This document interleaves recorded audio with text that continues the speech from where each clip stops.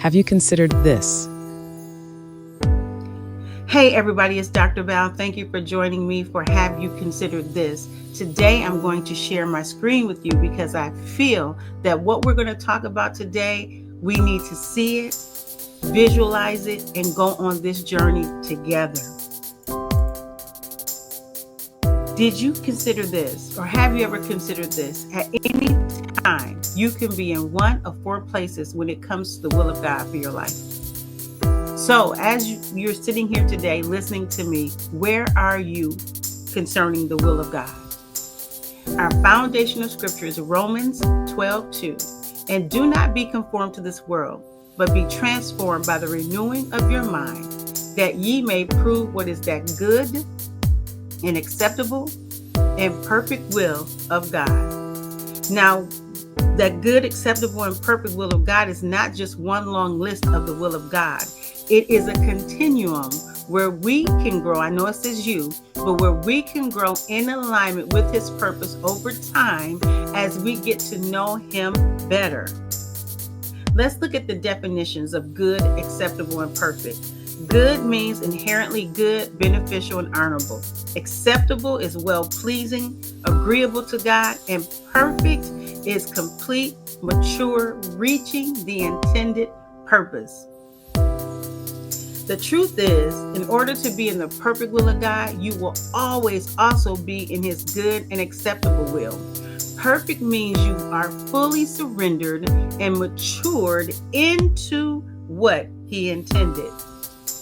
The four places we can be, here we go. You can be out of the will of God when you are knowingly or unknowingly living outside of what God desires for you. Choices are led by self-will, ignoring his direction or principles. In his goodwill, doing something morally good, beneficial, and not sinful. But it isn't necessarily what God has specifically prepared for you. It is good, but not his highest. In his acceptable will, your decisions please God and align with his word. You are pursuing what honors him, even if it isn't yet the fullest expression of his purpose. And then finally, in his perfect will, you complete the assignment, you mature. Let me read it again. Complete alignment, maturity, and purpose. You are fully surrendered and living out exactly what God designed you to do, bearing the greatest possible fruit.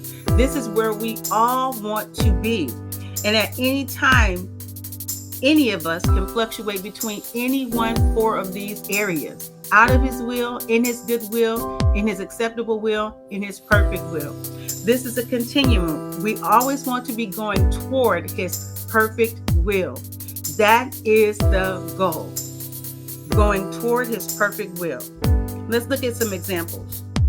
Marriage. Out of his will, you marry someone God clearly told you not to marry. Someone who doesn't believe in him. We understand that, right? His goodwill. You get married simply because marriage is good, but you didn't seek God's direction. Woo, we don't want to be there. Acceptable will. You marry someone willing to stay married, but who doesn't share your faith or values. And then the perfect will of God is you marry someone who loves God wholeheartedly, and together you advance his kingdom. Let's look at another example. College. You enroll in college. God told you enrolled in the college God told you not to attend. Of course, that's out of his will. His good will. You go to college because education is good, but you don't ask God where he wants you to go.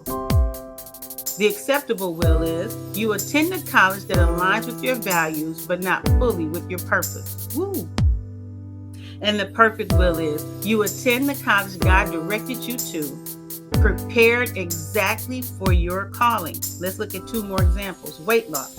Out of his will, you ignore conviction and continue harmful habits. The good will of God, you work on health because it's good, but without involving God. Acceptable will, you develop healthy habits, but you see them mainly as physical goals.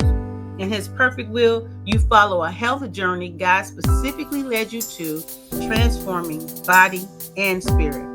The final example. And there's many more. You can look in your own life.